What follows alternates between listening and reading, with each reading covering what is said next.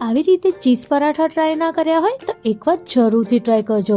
સૌ પ્રથમ આપણે એનો ડો રેડી કરવાનું છે. એના માટે 2 કપ જેટલો ઘઉંનો લોટ, થોડું મીઠું, થોડું તેલ એડ કરીને જેમ આપણે રોટલીનો લોટ બાંધીએ છીએ એમ બાંધી દેવાનું. હવે આપણે 7 થી 8 નાના બટેકા, 3 થી 4 લીલા મરચાં, થોડી કોથમીર, એક મીડિયમ સાઇઝની નાની ડુંગળી લેવાની. હવે આપણે બધા મસાલા એમાં એડ કરવાના. અમચૂર પાવડર, હલ્દી પાવડર, ધનિયા પાવડર, આખા જીરું, થોડું લાલ મિર્ચ પાવડર અને મીઠું સ્વાદ મુજબ અને ચીલી ફ્લેક્સ 1 નાની ચમચી જેટલું બધાને મિક્સ કરી દેવાનું. હવે આપણે એક નાનો લુવો લેવાનો અને આવી રીતે એમાં ખાડો કરી દેવાનો અને વચ્ચે બટેકાનો માવો ભરીને સરસ રીતે પેક કરી દેવાનું અને હાથેથી થોડું ફેલાઈ દેવાનું અને સરસ રીતે વણી લેવાનું.